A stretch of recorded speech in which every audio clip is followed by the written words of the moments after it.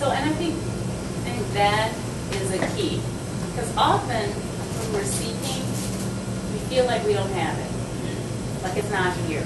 Like it's outside of us or ahead of us or away, but it's not part of who we are already. And I think a big piece of this, which ties into the literal, physically, wherever you are, start, but also wherever you are, it's there. Yes. So this magic that you bring to the rest of us isn't ahead of you. It is absolutely right now. You know, this communication and creative healing is not out there. It's right now where you are. The art that you bring, and there's lots of artists in this and creative people in this room. You know, it's right here, it's right now. So when we're seeking, it always feels like it's way out there. Like it's separate from where we are now. And the thing is, right now, it's here. If you are seeing it in your mind and you're feeling it, I believe that God's given you everything you need. And it's an affirmation. When you see it in your mind's eye or you hear it in your head, it is an affirmation. Yes, that is for you. This thing that you see in your mind's eye, oh, wouldn't that be lovely, is for you. But the trick is not to begin tomorrow or next week when you think you've accumulated whatever it is that you think you need, degrees or whatever, but to begin living it that way. Now, the minute you get the picture, begin to live it that way. That's a big key. Absolutely. I agree. Question? I was listening to this show the other day, and there were scientists that had volunteered to have their DNA typed. And they thought that they would all be fairly similar.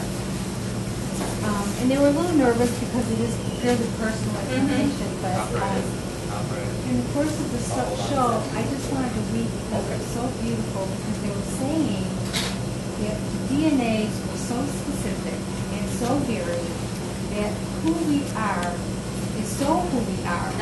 And I think it speaks to kind of, we don't have to see. It is right.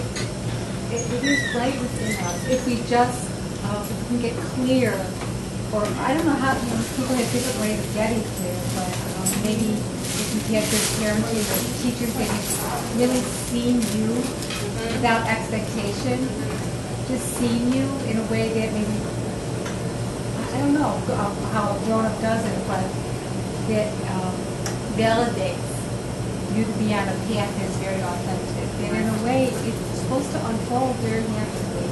Yes, yes. You know, it's us who conceives it, the shoulds, or how it should be. And I think it should be, it might be something to trust more. It can unfold much more naturally if we can trust. Yes, and that trust is a huge piece. It's huge. And I think what's beautiful about what you just shared about the DNA piece is you're born with it, there it is. Like it's very, there. once you really accept it, I felt like it took like a ton of pressure off me. Like, this isn't that complicated. Right. You know, I might have some choices to make that only I can make. Right. But I think if you really realize that you are kind of wired down to your very, like, that this DNA is part of your soul. And Right.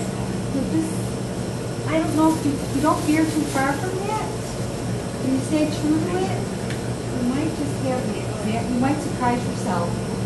Yes, I agree 100%. I love the analogy that the DNA is so specific, and each of us are so specific and And so masterfully instead of looking designed. out, like I gotta find it, you realize, oh my God, it's already wired. It's actually wired in. Can I just let it out? Exactly. Yeah. How about it? And yes, Let it out. and this kind of knowledge I was sharing with Karin earlier has actually changed my parenting. I look at my children differently, and my heart's desire for them is twofold: is that they know the Spirit for themselves, and that they operate in their design, because it's only then that they're going to have this peace and this, like you said, this weight off of their shoulders. You know, society, particularly our culture, tells us that success is X, Y, and Z. Doctor, lawyer, Indian chief.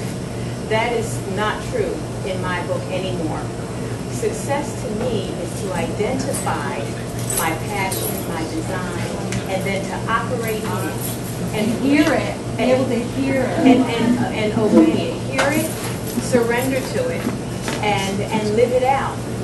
And I was sharing also with Karen that Pastor Charles Stanley had shared a message one day in which he said if all of us acknowledge our design and operate in it, the world would be paradise.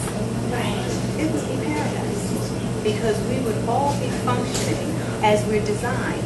And the best person would be in that spot for all of creation. So this kind of knowledge is just wonderful. And the masses never achieve it. The masses never come to grips with it and never realize their potential. And thus, society never realizes its potential. So the more of us who can come to terms with this, seek it out, and begin to live it and apply it, we're making the world a better place just by being who we are, who we're designed to be. And that's zesty living. And that's really, zesty living. it is. It's about acknowledging what's quirky. Yes. It's in my DNA. Right, it's in the DNA. So if you like cooking in the nude, or if you like collecting those little Pez dispensers, hey, it's what makes you you. But the thing that's so fabulous about that is we often feel alone, too, right? Yes. Like one of the things that is really powerful when you allow you, because we are often afraid of rejection or abandonment or people not being able to be with who we are. But the minute that you really allow what's true for you to surface, your true tribe shows up. You know, they're attracted to the true you. So tell us about maybe has anything shifted for you as you've begun to really answer kind of your call at this point? Have you seen different people or opportunities come into your life? Yes, I have seen, although like I said, my life is not taken an about face by any means. It's not mutually exclusive, but I have seen a bit of transformation in my life. And in my state of being, I've been able to accomplish more in less time and be more at peace. As you know, outlandish as that sounds. Right. Also, I believe that now that I am coming to terms with who I really am in my design, I understand my limitations, I understand some of my strengths. I believe that my relationships are better. They're deeper. They're more true. They're not superficial. And I believe also that I'm using my time more wisely. I know my design. I know, and no, I'm still sort of seeking it in its total, but I'm not squandering the days. You know what I mean? My days they're purposeful, they're fulfilling. I will spend time, I'll stop and spend time here, whereas before I wouldn't. When my yardstick was the world standards, I would not stop and take time for this. But now that I'm understanding creation and where I fit in it, I'm making different choices. So yes, my life has begun to evolve, and for the better, no doubt for the better. And I'm just thrilled. I feel like it's a privilege to gain this kind of knowledge, which I said the masses unfortunately are not able to gain it or are not gaining it. So I feel like those of us who do have it, it's up to us to spread it too. Not only to live it out for ourselves and our inner peace, but to make the world a better place.